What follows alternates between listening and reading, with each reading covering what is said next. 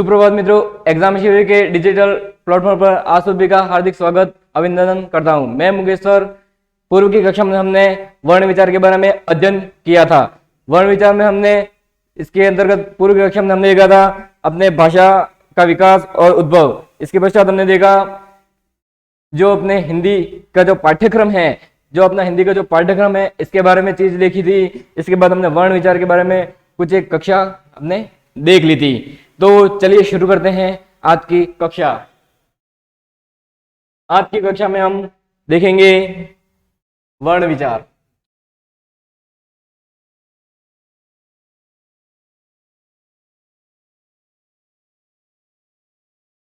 वर्ण विचार से सभी प्रतियोगिता परीक्षा में आपके प्रश्न आते हैं। तो देखिए वर्ण विचार में हमने कल कुछ तथ्य हमने देखे थे। उस तथ्य के अंतर्गत हमने देखा था कि जो अपने स्वर होते हैं,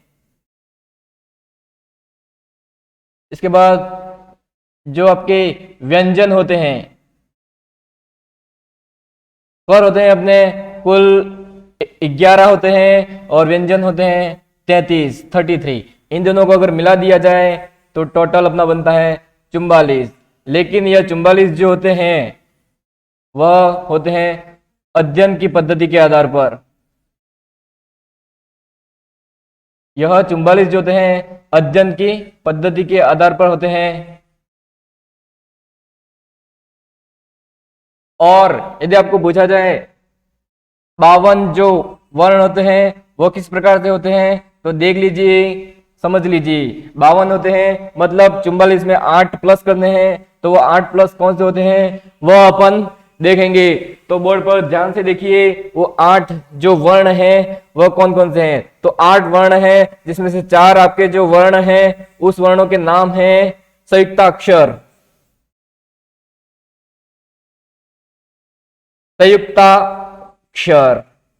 संयुक्ताक्षर में जिसमें से अपन देखते हैं क्ष, त्र, ज्ञ, इसके बाद आता है आपके श्र। ठीक है, तो श, त्र, ज्ञ, श्र ये होते हैं टोटल 4। इसके पश्चात 2 होते हैं अपने दूसरे, उनका नाम है, जिसमें हमने पूर्व की कक्षा में भी इसका हमने जिक्र किया था। उनका नाम है ऋढ़ और ऋढ़। ये 2 अक्षर जिन्हें कहा जाता है ताड़नजात वर्ण, या इसका एक और नाम हम देखें उत्क्षिप्त वर्ण।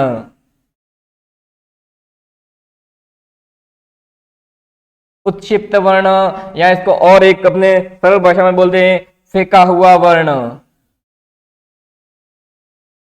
फेंका हुआ वर्ण।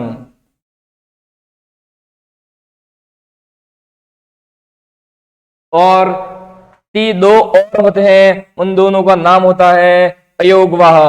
और अयोगवाह हैं अपने अम, अह, जिनको कहा जाता है आपके अम, अह,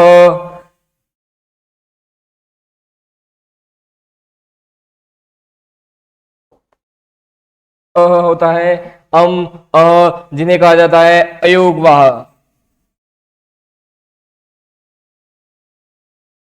तो देख लीजिए किस प्रकार से आपके 52 वर्ण होते हैं। 4, 2 और 4 8 8 जाके मिलेंगे 44 में 44। तो 52 वर्ण होते हैं अपने। और ये जो 52 वर्ण होते हैं उनको अपन प्रश्न के हिसाब से देखा जाए तो कुल वर्ण होते हैं। यह क्या होते हैं, कुल वर्ण होते हैं। इसके पश्चात एक और आपके चीज देख लेनी पड़ेगी। इसमें वो चीज है, एक और तथ्य होता है 56 वर्ण, 56 वर्ण, 56 वर्ण। वो किस प्रकार से होते हैं, 52 में 4 और ऐड करते हैं, और वो 4 वर्ण कौन कौन से हैं और उनका नाम है आगत वर्ण। 1 मिनट देख लीजिए इसको। तो वर्ण अपने पास है 4 वर्ण हैं। पहला है आ, जैसे आगत स्वर, इसके बाद 5 वर्ण होते हैं अरबी फारसी में, जिसमें क, ख, ग, ज और फ होता है। लेकिन इसमें से 5 और नहीं लेने आपको, इसमें लेने हैं आपको क के नीचे ये आपके क्या आएगा, बिंदी आएगी, उस बिंदी को अपन कहेंगे नुक्ता। इसके पश्चात आएगा आपका ग और फ।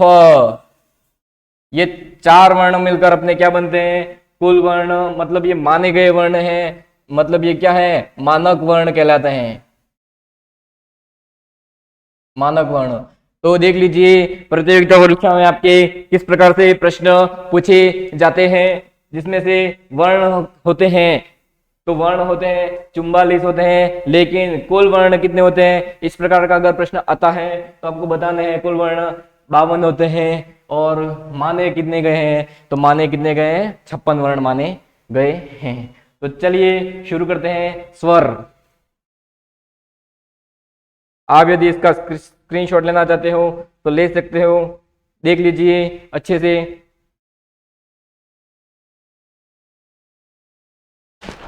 चलिए शुरू करते हैं अपना टॉपिक, स्वर।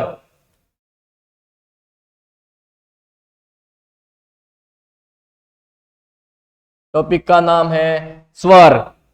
स्वर कितने होते हैं, अध्ययन की पद्धति के आधार पर तो कितने होते हैं, 11 होते हैं, लेकिन कुल वर्ण कितने होते हैं, 13 होते हैं, जिसमें से आपको अयोगवा भी जोड़ने होते हैं। तो देख लीजिए कौन कौन से होते हैं, नाम है अ, आ, ई, ई, ऊ, ऊ, री, ए, ऐ, ओ, औ, अम, अह। तो ये होते हैं कुल 13 होते हैं, लेकिन इनमें से जो अंतिम जो 2 है वो कहे जाते हैं अयोगवाह। अयोगवाह मतलब अउपसर्ग और योग और वाह शब्द से मिलकर बनता है, जिसका योग में क्या हो, वहन नहीं हो, वो शब्द क्या कहते हैं, वो वर्ण क्या कहते हैं, अयोगवाह वर्ण कहते हैं। इनका अगर चिन्ह आपको पूछा जाए, क्या पूछा जाए, चिन्हन अगर पूछा जाए तो चिन्हन होता है अपना ये अनुस्वार होता है। इसके बाद ये होता है अह का मतलब है विसर्ग होता है। तो ये 2 चिन्ह होते हैं अम, अह। नेक्स्ट अगर इनका अगर आपकी मात्रा आपको बतानी है तो अ क्या होता है, उदासीन होता है, इसकी मात्रा नहीं होती है। अ अपने आप में क्या होता है, उदासीन होता है। आ की मात्रा यदि आपको पूछी जाए तो इस प्रकार की कुछ इस प्रकार की मात्रा होती है, और यहाँ पर अपने क्या लिखा जाता है, शब्द लिखा जाता है। एक बात और समझ लीजिए, एक बार और समझ लीजिए, ये जो होती है आपके शिरो रेखा कहलाती है। सबसे ऊपर की जो रेखा होती है उस रेखा का नाम है शिरो रेखा, और इस रेखा का जो नाम होता है उस रेखा का नाम है खड़ीपाई। तो इस प्रकार से यहाँ पर जो अपना वर्ण जो सेट होगा वही चीज आएगी आपके आ। और अब अगर चिन्ह कुछ चीजें अपन देख लेते हैं, ऊपर नीचे जो बिंदियां लगती हैं उन बिंदियों के कुछ ना कुछ क्या होता है, नाम होता है। तो उन चीजों का क्या नाम होता है, एक बिंदी यहाँ पर होती है,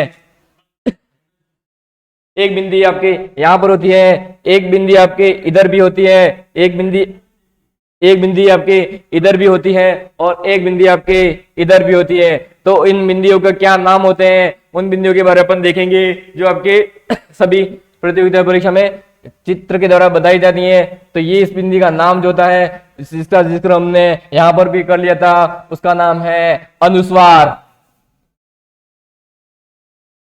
अनुस्वार होता है इस बिंदी का नाम, इस बिंदी का नाम होता है पंचमाक्षर। बिंदी का नाम है पंचमा अक्षर, 5वां अक्षर। और इस बिंदी का नाम है, पहले ही हमने जिक्र कर लिया था, ताड़नजात। और एक और बिंदी होती है जिसका नाम होता है नुक्ता।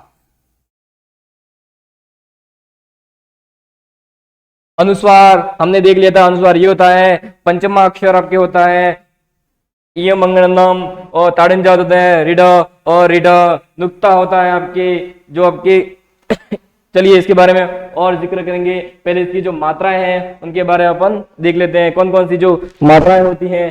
तो ए की मात्रा जो होती है इस प्रकार से ये शिरो रेखा होती है, इस प्रकार से ये देख लीजिए शिरो रेखा,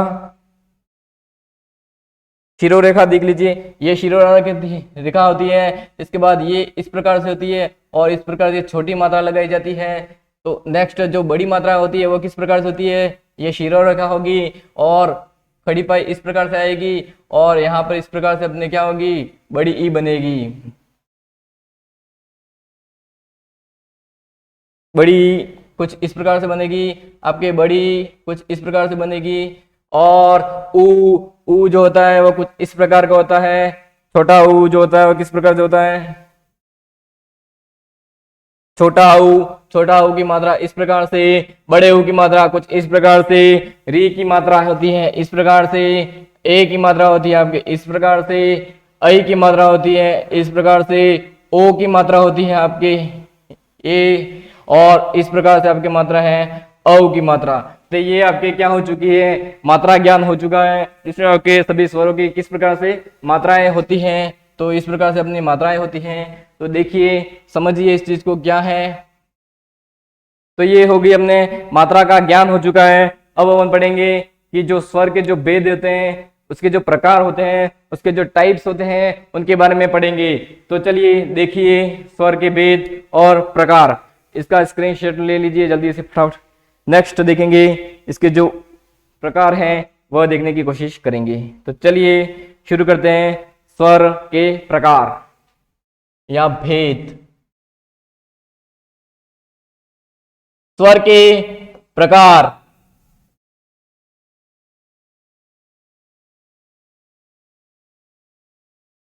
भेद, स्वर के प्रकार होते हैं। तो हो चुका आगाज रण का, युग बदलने की तैयारी है, इतिहास वही रचेगा, संघर्ष जिसका जारी है, बांधा है कौरव दल से इन सब पर तुम कुछ करो, अर्जुन सा योद्धा बनकर गांडीव लेकर टूट पड़ो। तो चलिए अपन शुरू करते हैं स्वर के प्रकार। वैसे स्वर के प्रकार आपको मुख्यतः नहीं पूछे जाते हैं, आपको पूछा जाएगा, वैसे आप देखना चाहो तो 6 प्रकार होते हैं, लेकिन प्रश्न जो आपके आएगा वो इस किस प्रकार से आएगा, जैसे कि कोई भी आपके वर्ण दे दिया जाएगा और इसमें किस प्रकार का ये जो वर्ण दिया गया है, अवर्ण किसके अंतर्गत आता है, ई बड़ी जो वर्ण है वो आपके किस प्रकार से आते हैं। तो चलिए पहला प्रकार हम शुरू कर देते हैं। पहले प्रकार का नाम है उच्चारण,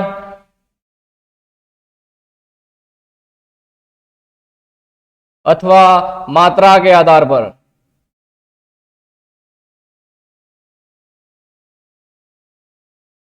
उच्चारण और मात्रा के आधार पर ये जो प्रकार होते हैं वो मुझे मिलते हैं 3 प्रकार से। पहला प्रकार मुझे मिल रहा है, उस प्रकार का नाम है, उस प्रकार का नाम देख लीजिए, ऋस्व।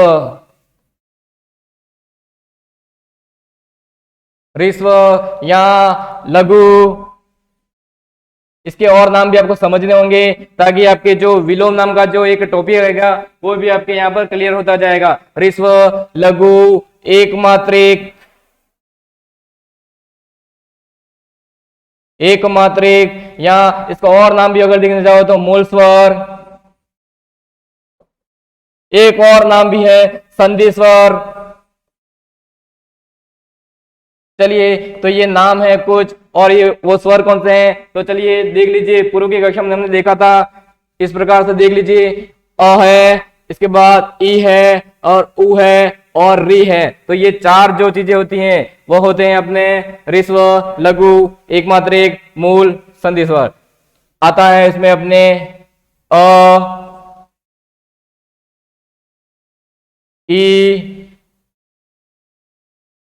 उ और री। तो ये 4 जो स्वर होते हैं वह ऋस्व, लघु, एकमात्रिक, मूल स्वर। मूल स्वर, मूल स्वर क्या है तो देख लीजिए, मूल स्वर, ठीक है ना, मूल स्वर होते हैं ऋस्व, लघु, एकमात्रिक, मूल स्वर।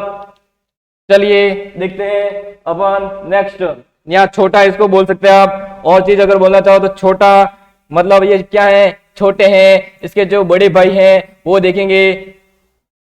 चलिए द्वितीय नंबर में अपना आता है ऋस्व का क्या हो जाएगा, ऋस्व का क्या हो जाएगा, दीर्घ, दीर्घ हो जाएगा। लघु का हो जाएगा गुरु। एक मात्रिक है तो इसका द्विमात्रिक।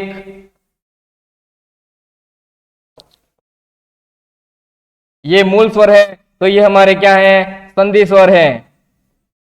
ये छोटा है तो उसका क्या हो जाएगा, ये बड़ा। तो देख लीजिए ये कितने होते हैं, ये कुल होते हैं 7 होते हैं, ये होते हैं 4 होते हैं। तो 7 कौन से होते हैं, इसका देख लीजिए ये अ है तो अ का बड़ा हो जाएगा आ। इसका बड़ा भाई बड़ी, बड़ा भाई उ। इसके बाद और कौन कौन से थे, पीछे देख लीजिए स्लाइड में, अगर आप देखना चाहते हो तो देख सकते हो। ये देख लीजिए ए है, आई है, ओ है, औ है। तो देख लीजिए क्या है, आ, ई, उ। इसके बाद है अपने ए, आई, ओ और औ। तो ये देख लीजिए हमारे पास मिल चुके हैं 7 स्वर जो कि क्या होते हैं, दीर्घ होते हैं। दीर्घ होते हैं, गुरु होते हैं, ये बड़े होते हैं, द्विमात्रिक होते हैं, संधि स्वर भी यहीं से ही होती है। तो देख लीजिए दीर्घ। नेक्स्ट अपना तीसरा जो पॉइंट आता है उसका नाम है प्लुत स्वर। प्लुत स्वर, प्लुत स्वर होता है, वैसे देखा जाए प्लुत स्वर एक ही होता है, प्लुत स्वर एक ही होता है और वो है ओम। आप ओम का उच्चारण किस लगातार कीजिए, वो कभी भी रुकेगा नहीं। जैसे कि मैं उच्चारण करता हूं ओम,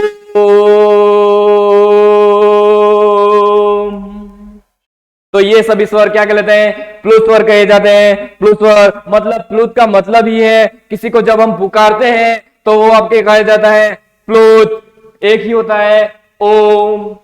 वैसे इसके एक और प्रकार भी बताए जाते हैं जो 9 होते हैं। तो 9 किस प्रकार से होते हैं वह देख लीजिए। ये 7 ये होते हैं, इसके बाद एक ये होता है और एक उदासीन जो पड़ा हुआ है, ये एक तो ये हो चुका, 7 ये हो चुके और एक उदासीन पड़ा हुआ होता है, उसका नाम है अ। तो इसको भी सम्मिलित करने पर ये कुल प्लुत होते हैं 9।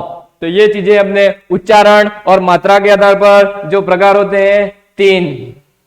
तो देख लीजिए, समझ लीजिए क्या होता है, किस प्रकार से इसको समझा जाता है। चलिए शुरू करते हैं अगला प्रकार।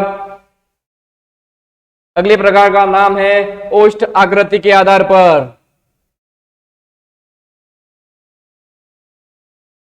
ओष्ठ आकृति के आधार पर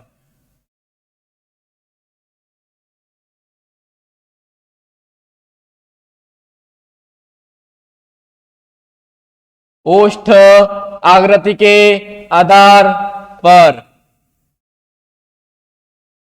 मतलब अपना जो कोई भी वर्ण अगर बोलते हैं तो अपना जो मुंह है वह किस प्रकार से होता है, गोल होता है या गोल नहीं होता है, वृत्ताकार होता है या अवृत्ताकार होता है। तो देख लीजिए इसमें 2 प्रकार है ओष्ठ की आकृति के आधार पर। पहला है वृत्ताकार, मतलब कोई भी अक्षर अपन बोलते हैं तो अपना मुंह जो है वो गोल बनेगा, अवृत्ताकार होता है दूसरा भाग, उसका नाम क्या है, अवृत्ताकार। पहला है वृत्ताकार, अवृत्ताकार दूसरा है, मतलब अवृत्ताकार वृत्ताकार नहीं बनेगा।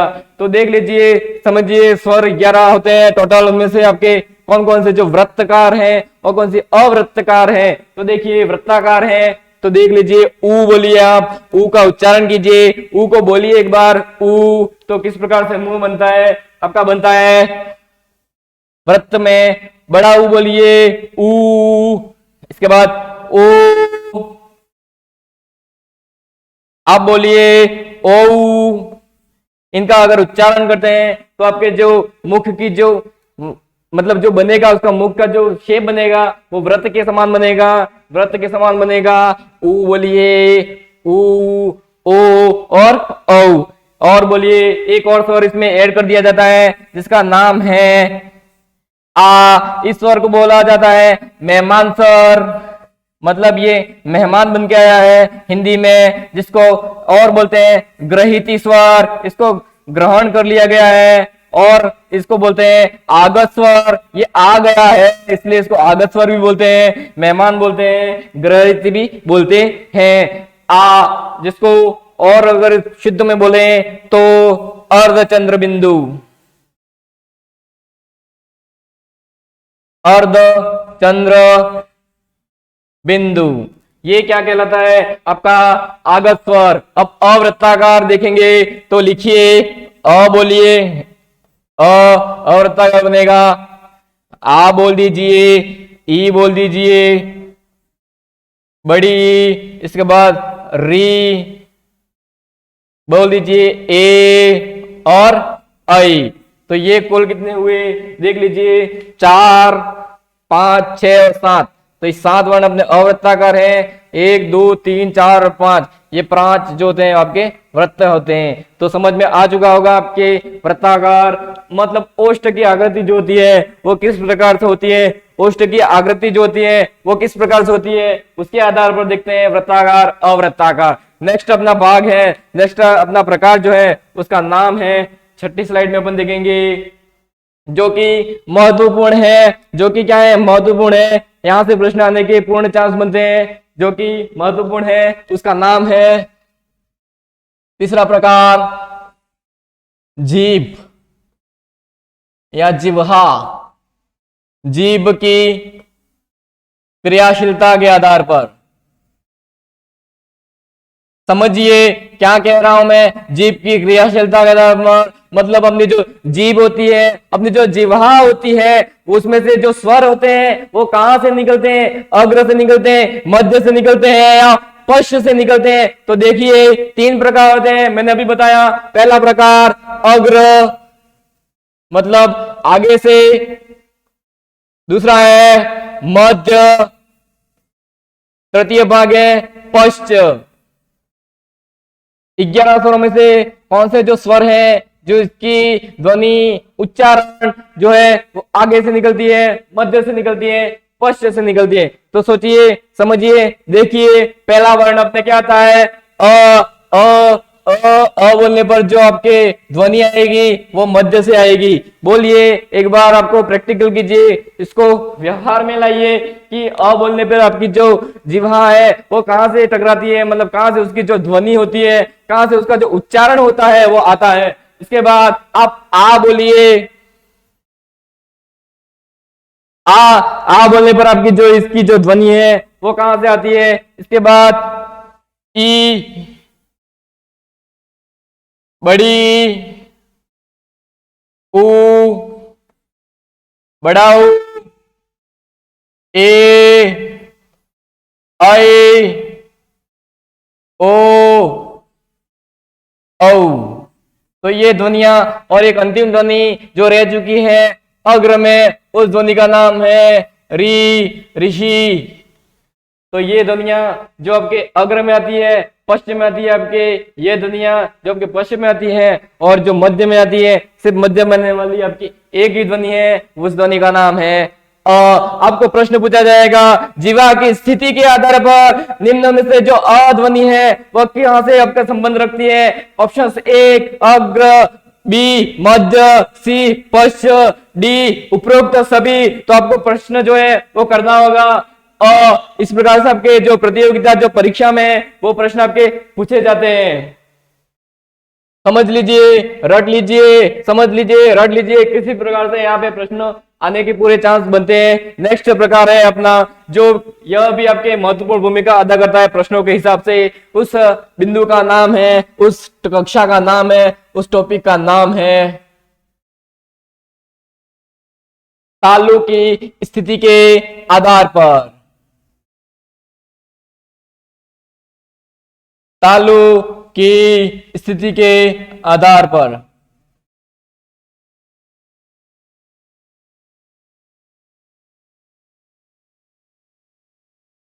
चलिए अब ये प्रकार भी बहुत ही महत्वपूर्ण भूमिका अदा करता है। तीसरा प्रकार और चौथा प्रकार, यहाँ से प्रश्न आते हैं और आएंगे और आ भी चुके हैं। प्रश्नों पर हम अभ्यास पूरे टॉपिक खत्म होने के बाद हम करेंगे। पूरे परीक्षा में जो प्रश्न आ चुके हैं, अब वर्तमान में क्या स्थिति है और क्या आ सकते हैं, उनके बारे में पूरी चर्चा करेंगे। तो देखिए, पहला प्रकार तालु की स्थिति के आधार पर इसके कुल प्रकार आपको पूछे जाए तो प्रकार है मेरे पास 4 प्रकार हैं। पहला प्रकार है संवृत, दूसरा प्रकार है अर्ध संवृत, अर्ध संवृत, तीसरा प्रकार है विव्रत, चौथा प्रकार है अर्ध विव्रत।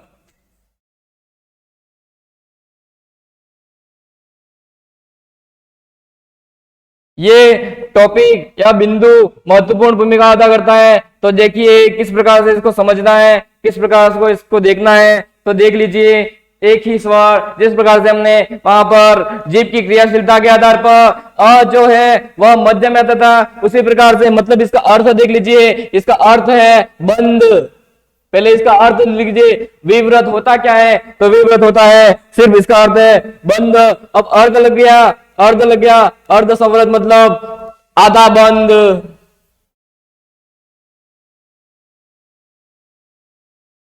और विव्रत खुला हुआ, अर्ध विव्रत आधा खुला हुआ। ये अर्थ हो चुके हैं संवृत, अर्ध संवृत, विव्रत, अर्ध विव्रत, आधा बंद, आधा बंद, आधा बंद, विव्रत, खुला हुआ, आधा खुला हुआ। तो कौन सा हुआ जो विव्रत है?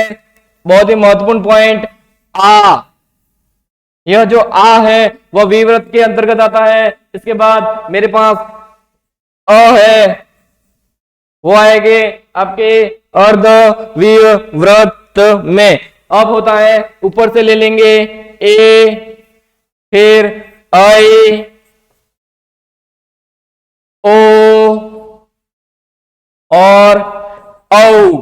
तो देख लीजिए, समझ लीजिए, अर्ध संवृत, विव्रत, अर्ध विव्रत, इनके बारे में देख लिया। लेकिन एक टॉपिक जो बंद रह गया है, उस बंद को हम खोलने जा रहे हैं। खोलिए, बंद को क्या करेंगे, खोल देंगे। तो खोलिए, पहला अ हो चुका है, आ हो चुका है, ई नहीं लिखा है तो ई लिख लीजिए। यहां पर बड़ी लिख दीजिए, ऊ लिख दीजिए, बड़ा ऊ लिख दीजिए, और एक अंतिम री। तो यह होते हैं संवृत, अर्ध संवृत, विव्रत, अर्ध विव्रत। महत्वपूर्ण पॉइंट है, महत्वपूर्ण है, इंपॉर्टेंट है। आप इसको देख सकते हैं, प्रश्न आने के पूरे चांस रहते हैं यहीं से। स्क्रीनशॉट फटाक से ले लीजिए। देखिए, पांचवा प्रकार। पांचवा प्रकार इतना खास इंपॉर्टेंट नहीं रखता, लेकिन पढ़ना आवश्यक है। अनुनासिकता के आधार पर, अनुनासिकता के आधार पर, अनुनासिकता के आधार पर।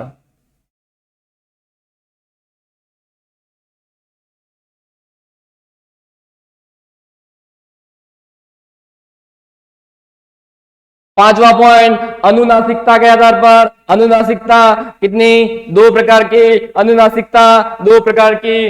पहला ए, बी, देख लीजिए, अनुनासिक या निरनुनासिक। अनुनासिक, निरनुनासिक।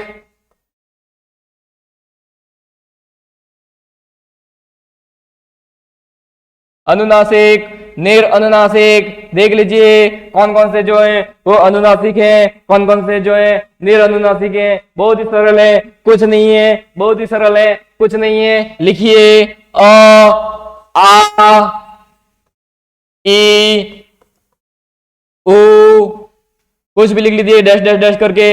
लेकिन इसमें यहां पर भी लिखा मैंने, आ भी लिख लिया, ई भी लिख लिया, ऊ भी लिख लिया। लेकिन अंतर क्या है? सिर्फ अंतर होगा, अनुनासिक में क्या अंतर होगा? अनुनासिक में अंतर होगा यह सिर्फ यही अंतर है अनुनासिक में। निरनुनासिक मतलब अनुनासिक चंद्र बिंदु जहां पर नहीं आता है वह निरनुनासिक है, चंद्र बिंदु जहां पर भी आ गया वह अनुनासिक है। तो देख लीजिए अंतिम बिंदु छठा छठे पॉइंट का नाम है जातीयता के आधार पर। जातीयता के आधार पर, जातीयता के आधार पर मतलब कौन कौन से वर्ण हैं जो अपनी जाति के हैं, अपने भाई हैं, अपने बंधु हैं, अपने सखा हैं, अपने मित्र हैं। तो देख लीजिए कौन कौन से अपने मित्र हैं। और ये मैं कुछ लिख रहा हूं, आप देख सकते हो। आ, ये अ, ई, फिर ऊ लिखा मैंने, ओ लिखा, इसके बाद ए लिख दिया, इसके बाद हमने लिख दिया क्या, देख लीजिए क्या लिख दिया हमने ए आई। तो आप ये लिखने के बाद थोड़ा सोचिए कौन सी जाति के हैं, कौन सी वी जाति के हैं, अलग जाति के हैं, जाति के कौन से हैं और अलग वी जाति के कौन से हैं। अब अ ई ये हमें अलग जाति का दिख रहा है, अ भी अलग है, ई भी अलग है, लेकिन जब आ और अ दिखते हैं तो ये एक जाति के दिख रहे हैं। जैसे कि अ है तो उसका बड़ा भाई आ होगा, लेकिन एक ही परिवार के हैं। ये दोनों परिवार अलग हैं, ई और ऊ, जो कि क्या है, बिल्कुल सुमेलित नहीं है, बेमेल है। ये ओ ए ये दोनों भी अपने आप में क्या है, अलग है। और ए और आई ये क्या है, अपनी ही जाति के हैं। तो ये हो गए अपने स्वरों के 6 प्रकार, जो जिसमें से हमने जीव की क्रियाशीलता के आधार पर फर्स्ट जो देखा था, आप देख लीजिए एक बार। 6 प्रकारों में से 3 प्रकार ऐसे हैं जो प्रश्न आने के लायक यहीं पे बनते हैं। तो देख लीजिए कौन कौन से हैं, एक बार स्लाइड रिवाइज कर लेते हैं अपन। चलिए पहला हमने देखा था उच्चारण मात्रा के आधार पर, यह पॉइंट बहुत ही महत्वपूर्ण है, यहाँ पर प्रश्न आने के पूरे चांस बनते हैं। नेक्स्ट हमने देखा था वृत्ताकार, इतना कुछ खास नहीं है।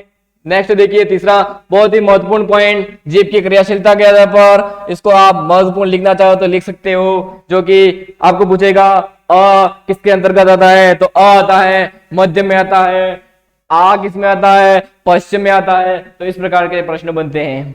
नेक्स्ट आगे देखेंगे जो कि बहुत ही महत्वपूर्ण टॉपिक, तालु की स्थिति के आधार पर सवृत, अर्धसवृत, विवृत, अर्धविवृत। तो आ प्रश्न पूछेगा आ वर्ण जो है वह किसके, तालु की स्थिति के आधार पर आ वर्ण किस प्रकार में आता है, तो आता है हमारे विवृत में आता है। प्रश्नों की श्रृंखला को भी लेकर हम चलेंगे, प्रश्न के जो श्रृंखलाएं हैं वो भी पूरे टॉपिक को पढ़ने के पश्चात जो प्रश्न आते हैं उसको देखेंगे। अभी अपन सिर्फ अपने क्या है जो थ्योरी है उस चीज को देख रहे हैं, हम तथ्यों को समझेंगे। हमारी जो व्याख्या है, हमारी जो थ्योरी है उसके समझने के पश्चात ही अपने जो प्रश्न है वो है देखे जाते हैं, जो कि देख रहे हैं हम बाद।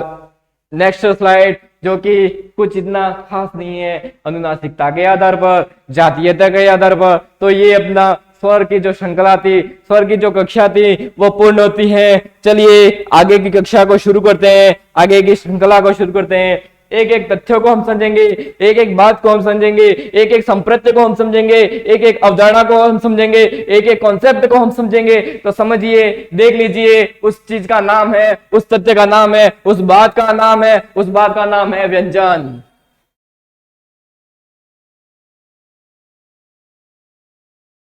व्यंजन व्यंजन यहां से अगर आपको वर्ण विचार, मैं बता दूं आपको, वर्ण विचार टॉपिक का नाम हम पढ़ रहे हैं। वर्ण विचार, वर्ण पर विचार करने, वर्ण पर विचार कर रहे हैं। 2 प्रकार के वर्ण हैं, फिर से बता दूं, स्वर, दूसरा व्यंजन। देख लीजिए एक बार पुनः मैं आपको, स्वर से जो है अपने 30% चांस होते हैं जो क्वेश्चन बनाने के बनते हैं, 30% चांस जो है वो स्वर से बनने के होते हैं। लेकिन व्यंजन से आप देखा जाए तो कुल लगभग 75% चांस, 70% चांस आपके व्यंजन से प्रश्न बनने के होते हैं। प्रतियोगिता परीक्षा में आप देखते हो व्यंजन से प्रश्न आने के पूरे चांस बनते हैं। तो चलिए प्रश्न क्या है, किस प्रकार से बनता है, प्रश्न प्रक्रिया में आपको बता देता हूं। प्रश्न की जो प्रक्रिया होती है वो किस प्रकार से होती है, तो देख लीजिए, मैं लिख देता हूं प्रश्न प्रक्रिया। कॉन्सेप्ट पढ़ने के बाद कोई भी होती है, किस प्रकार से प्रश्न आते हैं वो चीज भी आपके देखने के लिए आवश्यक होती है। पहला प्रश्न आपके देखा जाता है, कोई भी आपके वर्ण दे दिया जाता है, जैसे कि अवर्ण है तो उसका आपको प्रकार उसमें से बताना होगा, या कोई भी आपको प्रकार बताया जाएगा। जीव की क्रियाशीलता के आधार पर निम्न में से प्रकार कौन सा नहीं है, कौन सा है। इस प्रकार के प्रश्न आपके बहुत ही कंफ्यूज करते हैं प्रतियोगिता परीक्षा में, इसलिए ध्यान से पढ़िए प्रश्न को, किस प्रकार से आपके प्रश्न पुट आउट होते हैं। तो दूसरा प्रश्न आपके पूछा जा सकता है, नहीं है अथवा है, इस प्रकार से पूछा जाता है, नहीं है या कौन सा सत्य है, कौन सा सत्य है या कौन सा असत्य है, कौन सा सत्य है कौन सा असत्य है। इस प्रकार से आपके प्रश्न पूछे जाते हैं, कौन सा सत्य है कौन सा असत्य है, कौन सा बेल है बेमेल है, कौन सा मेल है बेमेल, सुमेलित कौन सा सुमेलित नहीं है। इस प्रकार से आपके प्रश्न पूछे जाते हैं। तो प्रश्नों की श्रृंखला आपके कुछ अलग ही होगी, लेकिन चलिए व्यंजन को शुरू करते हैं। व्यंजन अपना शुरू हो जाता है, टॉपिक को शुरू कर रहे हैं। चलिए स्टार्ट कर देते हैं टॉपिक व्यंजन।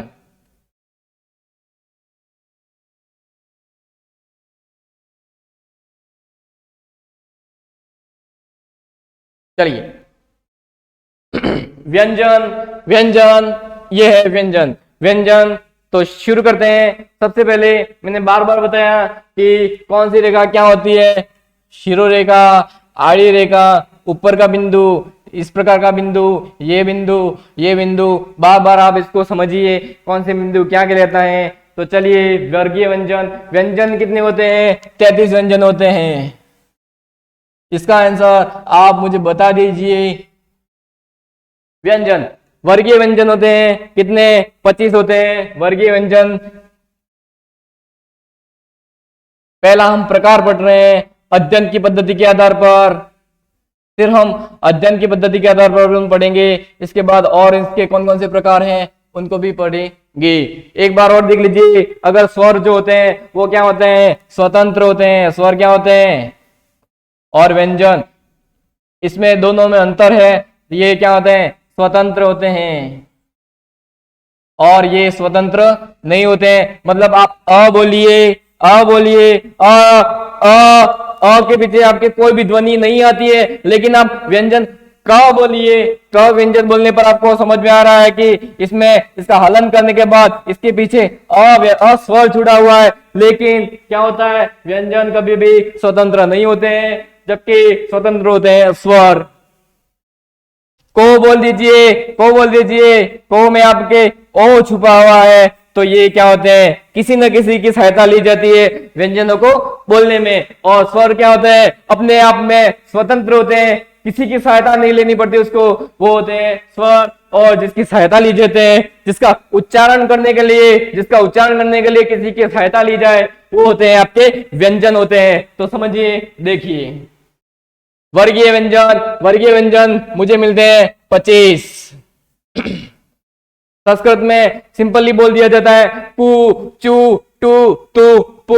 हिंदी में इसको बोला जाता है क वर्ग, च वर्ग, ट वर्ग, त वर्ग, प वर्ग। तो देखिए क वर्ग में क्या होता है,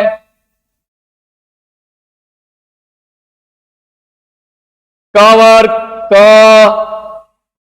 ख, ग, घ, अंग, च वर्ग, ट, त और ये प। तो ये वर्ग होते हैं, जिसको वर्गीय व्यंजन भी बोलते हैं। देख लीजिए वर्ग,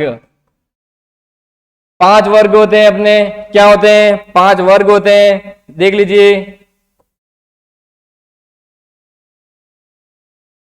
चलिए क वर्ग में देख लिया, क ख ग घ अंग, च थ ज के बाद झ च छ ज ज इ ट ठ ड ढ न त थ द ध न प फ ब भ और म। तो ये हो गए अपने 25 वर्गीय व्यंजन। 25 वर्गीय व्यंजन मैंने लिख चुके हैं बोर्ड में, क ख ग घ ज छ च छ ज ज इ ट ठ ड ढ न त थ द ध न प फ ब भ म। आपने ये जो व्यंजन है वो पुराने में कैसे लिखा जाता था, तो पुराना जो ज है वो किस प्रकार से लिखा जाता था उसको आप देख लेंगे। पुराना ज कुछ इस प्रकार से लिखा जाता था। ये पुराना ज झंडे का जो है, जो पुराने जमाने में पुरानी बातों में इस प्रकार से लिखा जाता था, जो वर्तमान में क्या है, लुप्त हो चुका है। आपने छोटी कक्षा में देव प्राइमर बुक छोटी सी जो छोटे बच्चों के लिए पढ़ने के लिए आती थी, उसमें आपने देखा था कि ये ज आपको ऐसा भी देखने को मिल जाता था। इसी प्रकार से ये सिर्फ आपके ढ है, अगर इसके नीचे अगर आप ड इस प्रकार से बना दिया जाए या ड इस प्रकार से बनाया जाए तो ये तो ताड़न जात हो जाते हैं।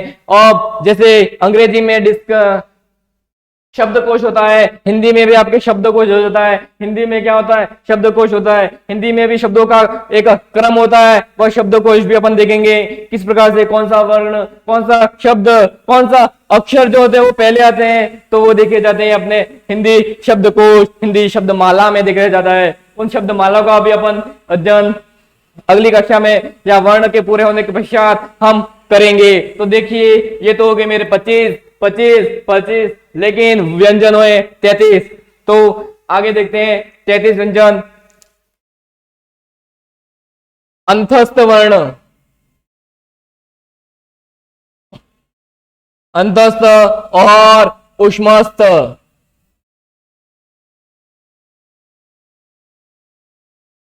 य र ल व श श स और ह। तो ये कहे जाते हैं अपने अंतस्थ वर्ण य र ल व ऊष्मस्थ श श स ह। तो ये कुल दोनों है 4 हैं, 4 चांद लग चुके हैं। 4 चांद लगने के बाद ये 8 हो चुके हैं और 8 में ये 25 हो चुके हैं, 25 में हो चुके हैं 33 व्यंजन हो चुके हैं। तो देख लीजिए ये 33 व्यंजन इस प्रकार से बनते हैं। ये तो हमारे अध्ययन की पद्धति के आधार पर था, ये हमारे अध्ययन की पद्धति के आधार पर था। लेकिन प्रश्न देखिए दूसरे प्रकार में आएंगे। दूसरा प्रकार का नाम है, देख लीजिए, दूसरे प्रकार का नाम है घोष के आधार पर, जो महत्वपूर्ण भूमिका अदा करता है। प्रश्न यहां से आने के पूरे चांस बनते हैं। मैं आपको समझा दूंगा, मैं आपको बता दूंगा, मैं आपको सूत्र सिखा दूंगा, मैं आपको ब्रह्मास्त्र चलाना सिखा दूंगा कि कहां से क्या कैसे प्रकार के घोष हैं, कौन से अघोष हैं, कौन से सघोष हैं, घोष के आधार पर।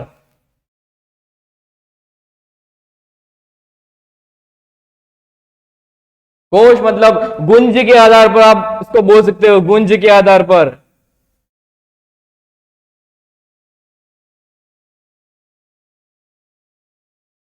चलिए इसके 2 प्रकार हैं, एक है ए घोष या सघोष बोल दीजिए, दूसरा प्रकार है बी अघोष।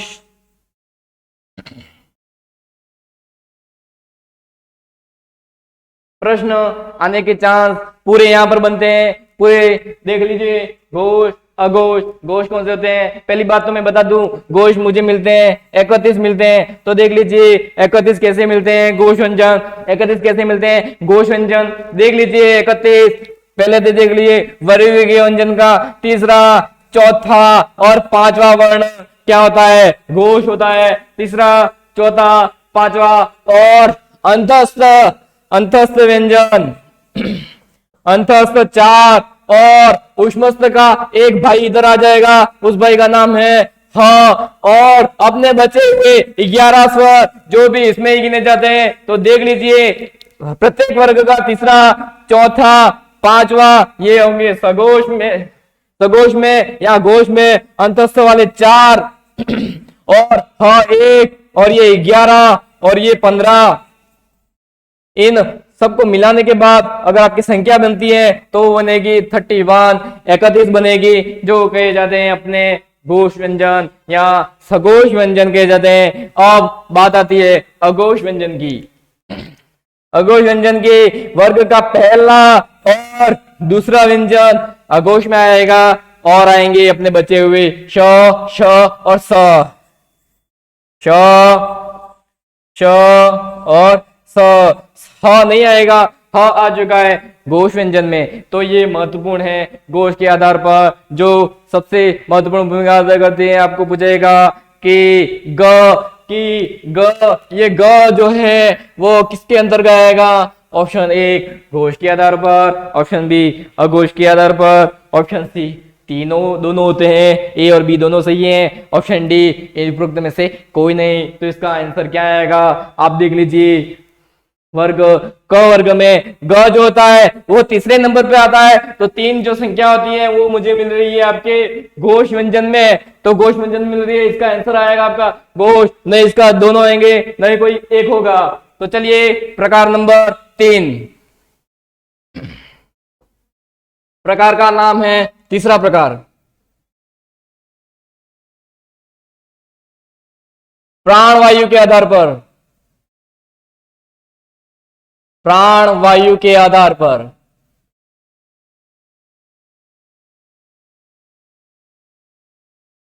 महत्वपूर्ण है। प्राणवायु के आधार पर आपके महत्वपूर्ण है। प्रश्न यहां से आएगा, प्रश्न यहां से फेंका जाएगा, प्रश्न यहां से फेंका जाएगा। कितनी स्पीड में फेंका जाएगा आपको देखना है, लेकिन लपक के उस प्रश्न को आपको ले लेना है। तो ले लीजिए। चलिए प्राणवायु के आधार पर ए है अल्प प्राण, अल्प प्राण मतलब अल्प, अल्प आती है इसमें, और महाप्राण महत्वपूर्ण है। मैं बार बार बोल रहा हूं, मैं बार बार फोकस कर रहा हूं, महत्वपूर्ण है। महत्वपूर्ण लिख लीजिए, इंपॉर्टेंट लिख दीजिए, महत्वपूर्ण लिख लीजिए, इंपॉर्टेंट लिख दीजिए, इंग्लिश में इंपॉर्टेंट, मोस्ट इंपॉर्टेंट, महत्वपूर्ण है। प्रश्न यहां से आने के चांस बनते हैं। तो देखिए अल्प प्राण कौन कौन से होते हैं? वर्ग का 1, 3, 5, 1, 3, 5 और अंतस्थ व्यंजन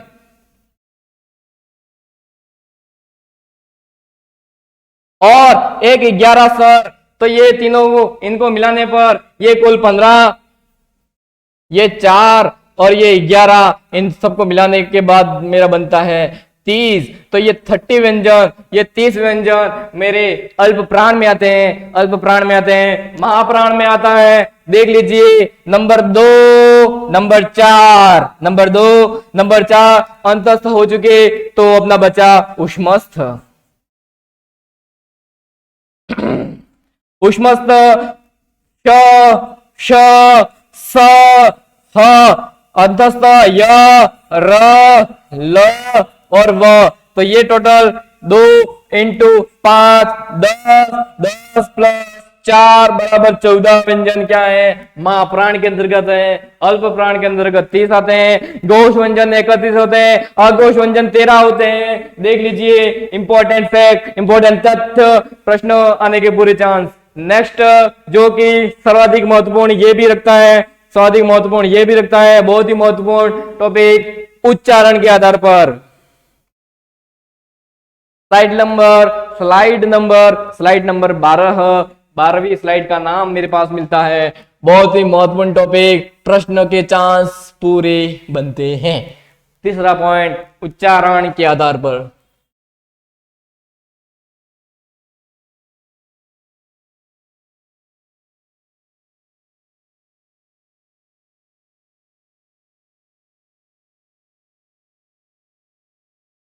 उच्चारण के आधार पर, उच्चारण के आधार पर बोल रहा हूं मैं। उच्चारण स्थान अलग है, उच्चारण स्थान अलग है, उच्चारण अलग है, तो हम पढ़ रहे हैं। तीसरा बिंदु, उच्चारण के आधार पर, उच्चारण के आधार पर। चौथा बिंदु, आप इसको लिख सकते हो, चौथा बिंदु आप इसको लिख सकते हो। पहले मैंने अध्ययन की पद्धति के आधार पढ़ा, फिर अध्ययन की पद्धति के बाद हमने पढ़ा घोष के आधार पर।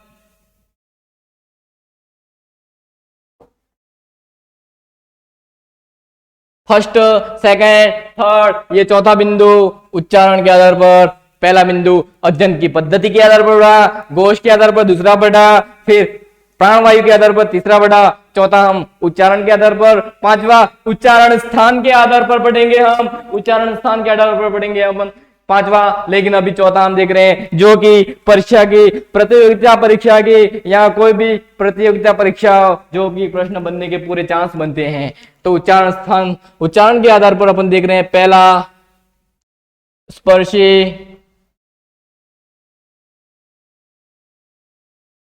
स्पर्शी व्यंजन, इसके बाद संघर्षी, तीसरा स्पर्श संघर्षी। महत्वपूर्ण है, प्रश्न यहां से बनेंगे आपके। चौथा नासिक्य,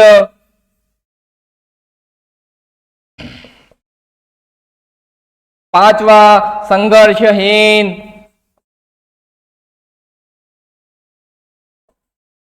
या इसको मूल स्वर बोल दीजिए आप। छठा, सॉरी मूल स्वर, अर्ध स्वर इसको बोलेंगे, अर्ध स्वर बोलेंगे इसको, अर्ध स्वर। छठा, छठा है आपके प्रकंपित।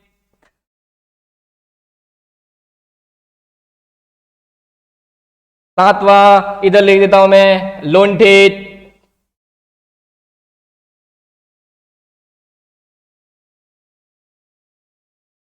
लुंठित इसको बोलेंगे आपको, लुंठित, ये आपके पार्श्विक होगा। इसी को अपन बोलेंगे लुंठित। देख लीजिए अच्छे से।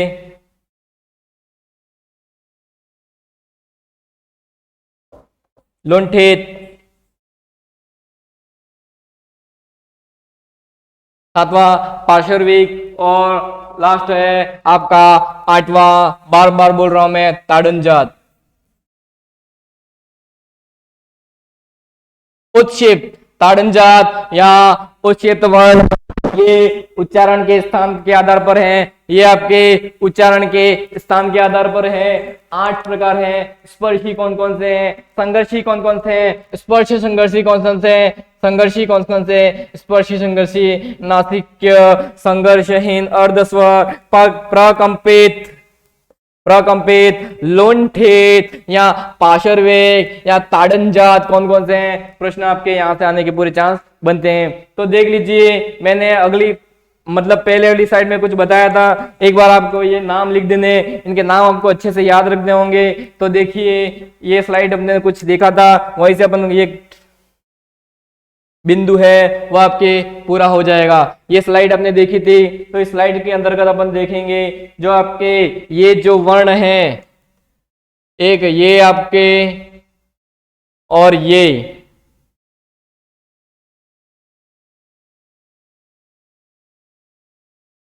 देख लीजिए एक बार।